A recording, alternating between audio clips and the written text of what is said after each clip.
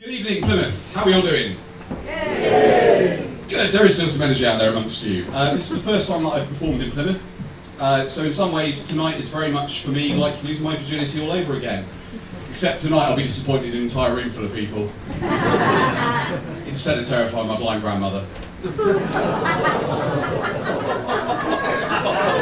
It's okay, she wasn't really blind. She did have Parkinson's though, so that was the best hand job I've ever had.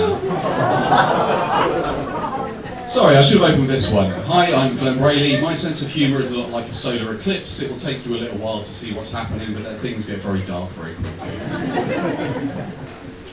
So I particularly love sayings and idioms. My grandfather used to have a saying. He'd say to me, Muriel. He was quite senile towards the end, you know. So he'd say to me, Muriel, if you want to understand how something works, you've got to take it apart and put it back together again. And those are really good words. I try to live my life to those, but I'm still finding it really hard to understand women.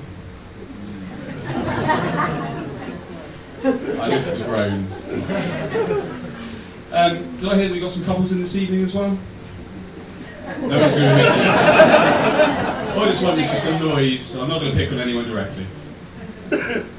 Oh, God, thanks. Let's go on then. Well, I'm going to do this anyway. So one of the things that I find is a slight imbalance in society. And before I start this, I will qualify it by saying, ladies, I know you have to put up with a lot more than men do. But one instance where that is totally the opposite direction is, well, let's do a little bit of audience interaction here. You look like a clever chap in the front row. What is the word for saying derogatory things about women? No, that would be... Well, I suppose chauvinism could be. I was looking for misogyny, was the main one I was thinking of. But no, that's good, good. It's along the right lines. So do you, like, accidentally were misogynistic to me there, like, saying I said the wrong word? I must didn't I? Mansplain. Fuck me. That's alright, I'm going to do it to all the guys in a minute. So, gentlemen, your chance to equalise. What's the word for saying derogatory thing about men? Nobody ever knows. Sorry? Truth, yeah, truth comes up a lot. And that is an example of misandrism, which is what the word is for saying derogatory things about men, which is much more acceptable. You know, if you were to say something misogynistic, you get called out. Great example of that in the front row for me. My pleasure, you're doing great work, keep it up.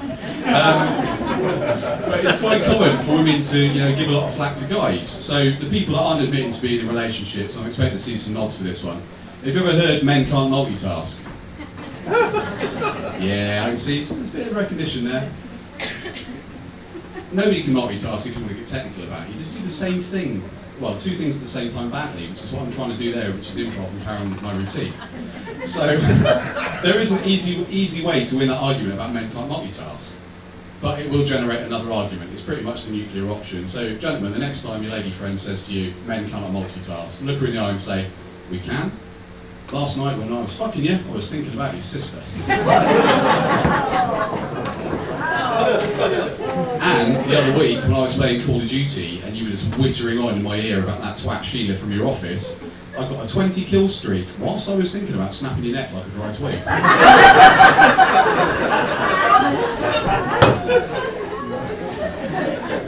It may surprise you to know that I'm single at the moment. The other thing I've noticed online is that people start putting their Myers-Briggs personality types onto their profiles.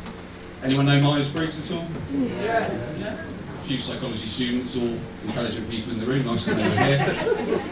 So, for those that don't know, it's basically a complex system that describes your personality traits. So you'd see on someone's profile, it would say like, INTFJ.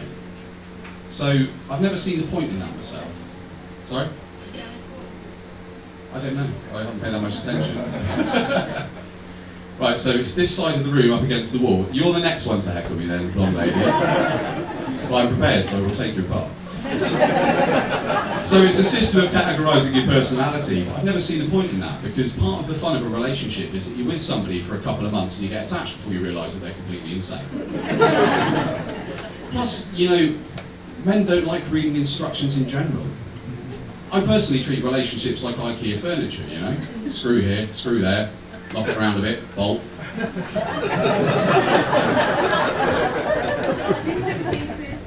Missing pieces, yeah. back over some of my relationships, I used to have one ex, and she came out with like really crazy shit in the bedroom. Any guys know what I'm talking about there? Exes who come out with crazy shit in the bedroom? Faint glimmer recognition at the back, I think. You know the sort of stuff. Sorry? Crazy actions or words? Crazy words, you know. Things like vaccines cause autism. Brexit is the will of the people. The world is flat was going to be the third punchline. Thank you for ruining that for me. Psychic. Okay, what am I thinking?